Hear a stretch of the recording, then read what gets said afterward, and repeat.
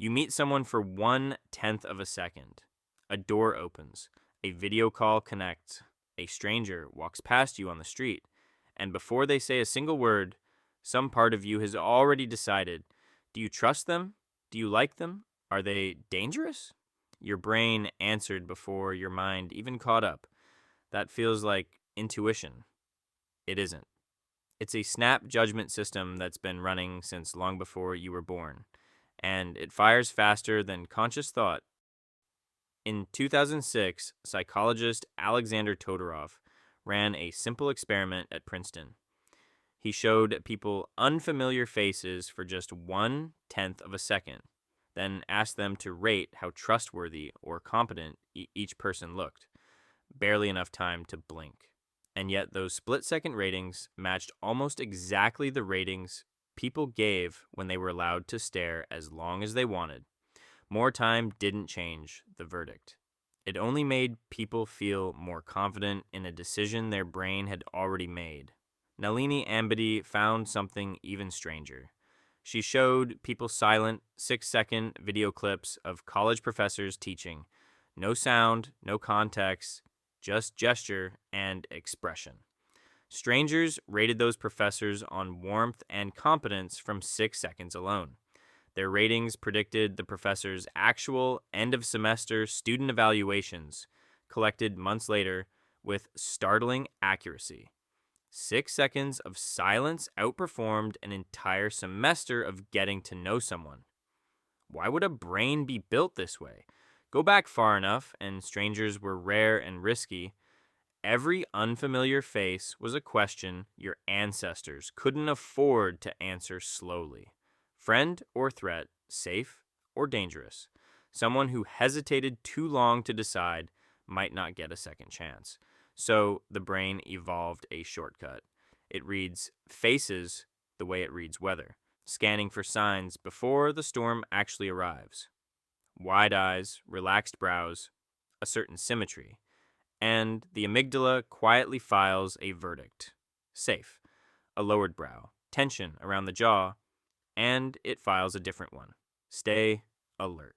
Here's the twist. That ancient shortcut was built to judge danger in a moment. It was never built to judge character. But your brain uses it for both anyway, and it isn't judging you evenly. Psychologist Leslie Zebrowitz spent years studying what she called the baby face effect. People with rounder faces, bigger eyes, and softer features get rated as more trustworthy and more innocent, regardless of who they actually are. It's the same reason a puppy looks harmless and a wolf looks dangerous. Your brain isn't reading their history. It's reading proportions. It evolved to associate with youth and vulnerability and quietly assuming the rest. Todorov later showed something even more unsettling. He asked people to glance at photos of political candidates they'd never seen and simply guess who looked more competent. Their guesses predicted the actual winners of real elections at rates far better than chance in races the participants knew nothing about. Nobody was evaluating policy. They were reading faces the way their ancestors once read predators, and treating the result like insight. The same shortcut runs quietly through modern life. A hiring manager glances at a photo before reading a resume. A juror forms a first impression before the opening statement finishes.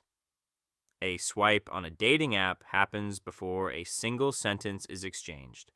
None of it feels like guessing. It feels like knowing. But a face can't actually tell you if someone is honest or kind or safe to trust with something that matters. It can only tell you what your amygdala associates with safety, which is a very different thing. So the next time a stranger's face gives you an instant feeling, one way or the other, it's worth pausing on that feeling instead of obeying it. That reaction isn't proof of anything. It's a survival instinct, built for a world without emails, resumes, or first dates, running its old code on a completely new situation, and mistaking a rounded jaw or a familiar symmetry for actual character.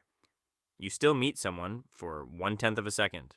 A door still opens, a stranger still walks past, and something ancient inside you still rushes to decide, using rules written for a world that no longer exists. The only difference now is that you get to notice it happening and choose whether to believe it.